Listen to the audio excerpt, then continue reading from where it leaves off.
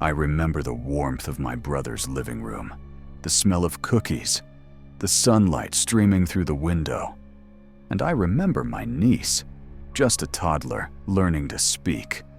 She had this sound she would make, a soft, rhythmic little chant. Do, do, do, do.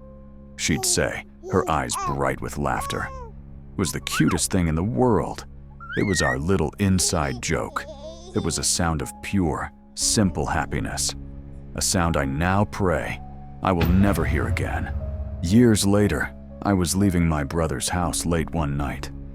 The air was cold, and the street was bathed in that sterile orange glow of the street lights. It was utterly silent, the kind of silence that feels heavy, like a blanket. I stepped onto the sidewalk, and that's when I saw her.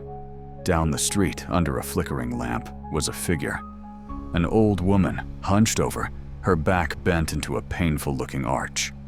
Every instinct told me to cross the street, to turn back, but I was frozen. Was she homeless? Did she need help? I hesitated, and in that moment of hesitation, I sealed my fate. I decided to walk past her, giving her a wide berth. As I got closer, the details got worse. I couldn't see any part of her. No skin, no hair, no face. Just a dark, featureless void under the shadow of her hunched head. I was just about to pass her. My heart was a hammer against my ribs. I held my breath. And then, she lifted her head. The featureless void tilted up towards me. And from that darkness, a sound emerged. A brittle, dry sound, like insects skittering over dead leaves.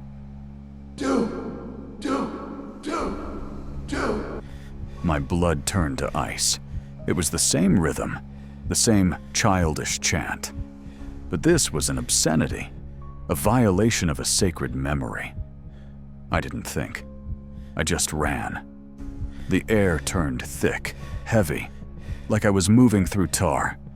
My legs felt like they were made of rubber, pumping desperately but going nowhere.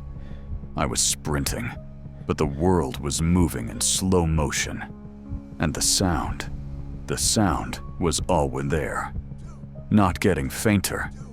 It was right behind me, right at the back of my neck. I could feel her presence behind me. I didn't dare look back. My lungs burned, my legs screamed. The sidewalk seemed to stretch on for an eternity. And then I fell. The asphalt hit me hard. I tried to scramble up, my hands scraping against the rough surface, but my limbs wouldn't obey. I was trapped, paralyzed. I could hear the footsteps stop. A long, dark shadow fell over me. I squeezed my eyes shut, bracing for the end. The silence was broken by that same dry, raspy voice, now right beside my ear. A hot, foul breath on my cheek. Chew, chew, chew.